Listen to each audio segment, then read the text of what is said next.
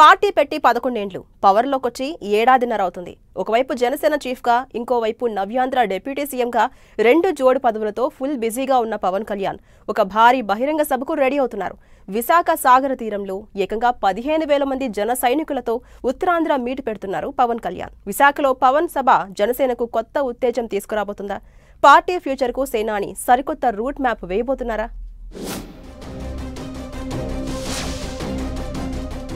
విశాఖలో భారీ బహిరంగ సభకు జనసేన ప్లాన్.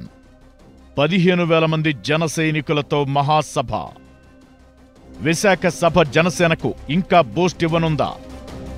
2029 ఎన్నికలను దృష్టిలో పెట్టుకునే సభ పెడుతున్నారా? సాగర తీరంలో పవన్ ఇచ్చే ప్రసంగం ఎలా ఉండబోతోంది? ఒంటరిగా నిలబడి ఒక్కడై పోరాడి కూటమిగా జతకట్టి గెలుపులో కీలక పాత్ర పోషించి సత్తా చాటిన AP deputy CM Pawan Kalyan Janasena భవిష్యత్పై సీరియస్ ఫోకస్ పెట్టినట్లే కనిపిస్తోంది. కూటమి అధికారంలోకొచ్చిన ఏడాదిన్నర కాలంలో ప్రభుత్వం పాలన మీదనే ఎక్కువ దృష్టి పెట్టారు పవన్. పిఠాపురంలో జనసేన ప్లీనరీ తప్ప పెద్దగా జనసేన మీటింగ్లు నిర్వహించలేదు. జిల్లాల పర్యటనలు చేసిన అధికారిక టూర్లుగానే ముగిశాయి. కానీ ఇప్పుడు విశాఖ వేదికగా అతిపెద్ద సభకు ప్లాన్ చేశారు జనసేన అధినేత AP deputy CM Pawan Kalyan. ఈ నెల 30న విశాఖలో 15,000 మంది జన సైనికులతో మహాసభ పెడుతున్నారు. జన సైనికులు, వీర మహిళలు పెద్ద ఎత్తున సభకు తరలిరానున్నారు. సెప్టెంబర్ 2న పవన్ బర్త్డే, ఆగస్టు 30న సభ. మధ్యలో ఒక్కరోజు గ్యాప్లో రెండు పెద్ద ఈవెంట్లు ఉన్నాయి. విశాఖ సభ అటు పార్టీ మీటింగ్ గాను, ఇటు సేనాని బర్త్డే ఈవెంట్ గాను జరిగే అవకాశముంది. ఓట్లు సీట్లతో సంబంధం లేకుండా ఓడినా గెలిచినా జనంలోనే ఉండి జనసేనానిగా ప్రజాసేవ చేయాలనే ఉద్దేశంతో పాలిటిక్స్ లోకి వచ్చిన పవన్ పరిస్థితులకు తగ్గట్టుగా తన పొలిటికల్ వ్యూహాలను మార్చుకుంటూ వచ్చారు. సరిగ్గా 2024 అసెంబ్లీ ఎన్నికలకు ముందు కూటమి ఏర్పాటులో కీ రోల్ ప్లే చేసి ఏపీ రాజకీయాలను కొత్త మలుపు తిప్పారు. మళ్లీ వైసీపీదే అధికారమని అంచనాలున్న నేపథ్యంలో టీడీపీ, జనసేన, బీజేపీని ఒక్కతాటిపై నిలబెట్టి ఎన్నికల సమరంలో ప్రభంజనం సృష్టించి కీలకమైన డిప్యూటీ సీఎం పదవిలో కొనసాగుతున్నారు. సేమ్ టైం కేంద్ర పెద్దలతో అత్యంత దగ్గరి సంబంధాలు మెయింటైన్ చేస్తున్నారు. సౌత్ లో కీలక నేతగా ఎదుగుతున్నారు. ఈ టైంలో సాగర తీరంలో మహాసభకు ప్లాన్ చేశారు పవన్ కళ్యాణ్. ప్రస్తుతం జనసేన టీడీపీ, బీజేపీతో కలిసి అధికారంలో ఉన్నప్పటికీ డిప్యూటీ సీఎం పవన్ కళ్యాణ్ తన ప్రత్యేక రాజకీయ గుర్తింపును నిలుపుకోవాలనే ఆలోచనలో ఉన్నట్టు తెలుస్తోంది.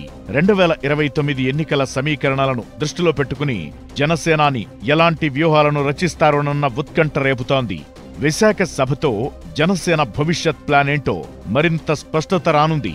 ఇప్పటికే కూటమిగా ఉంటాం, చంద్రబాబే ఇంకో 15-20 ఏళ్లు సీఎంగా ఉండాలంటూ పవన్ పలుసార్లు ప్రకటనలు చేశారు. సో కూటమిగా ఉంటారనేది క్లియర్ కట్ డెసిషన్ గానే కనిపిస్తోంది. ఈ నేపథ్యంలో వచ్చే మహాసభలో పవన్ స్పీచ్ ఎలా ఉంటుందనేది ఆసక్తికరంగా మారింది. పార్టీ భవిష్యత్ ప్రణాళికపై పవన్ ఎలాంటి సందేశమిస్తారనే ఉత్కంఠ కొనసాగుతోంది. అపోజిషన్లో ఉన్నప్పుడు వైసీపీ మీద ఓ రేంజ్లో మండిపడేవారు పవన్. కానీ ఇప్పుడు రోల్ చేంజ్ అయింది. పవన్ అధికారంలో ఉన్నారు, పైగా డిప్యూటీ సీఎం లాంటి పెద్ద పోస్ట్లో ఉన్నారు. ఇప్పుడు ఆయన స్పీచ్ ఎలా ఉంటుందనేది చర్చకు దారితీస్తోంది. కూటమిని ఎలాగూ విమర్శించలేరు. ఇక వైసీపీ అపోజిషన్లోకొచ్చి ఏడాదిన్నరవుతోంది. ఇప్పటికీ ఆ పార్టీనే తిడితే పాతపాటే పాడినట్లవుతుందన్న అభిప్రాయాలు లేకపోలేదు. దీంతో విశాఖ సభలో పవన్ ఎవరిని టార్గెట్ చేస్తారు, లేకపోతే Janasena party activity, future plans గురించి మాత్రమే మాట్లాడి వదిలేస్తారా అన్నది డిస్కషన్ పాయింట్ అయింది. విశాఖ సభలో పవన్ ఇచ్చే స్పీచ్ కోసం జన సైనికులే కాదు, సాధారణ జనం కూడా ఎదురు చూస్తున్నారు. ఇక పవన్ కళ్యాణ్ కున్న సినీ క్రేజ్ కూడా ఈ సభకు మరింత ప్రాధాన్యం పెంచుతోంది. గ్యాంగ్స్టర్ రోల్లో పవర్ స్టార్ నటించిన ఓజీ మూవీ చిత్రం విడుదలకు సిద్ధమవుతోంది. ప్రమోషన్స్ కూడా స్టార్ట్ చేయబోతున్నారు. సరిగ్గా ఇదే టైంలో విశాఖ సభ జరగడం ఇది రాజకీయంగా మాత్రమే కాకుండా సినీ వర్గాల్లో కూడా చర్చకు దారితీస్తోంది. అభిమానుల్లో ఒక వర్గం ఆయన నుంచి ఊహించని సర్ప్రైజ్ ఉంటుందని భావిస్తోంది. విశాఖ మహాసభ పవన్ పుట్టినరోజు వేడుకలకే పరిమితం కాకుండా రాష్ట్ర రాజకీయాల్లో వచ్చే దశాబ్దానికి దిశానిర్దేశం చేసే వేదికగా నిలిచే అవకాశముందన్న టాక్ వినిపిస్తోంది. కూటమిలోని పార్టీలన్నీ ఉత్తరాంధ్రపై స్పెషల్ ఫోకస్ పెట్టాయి.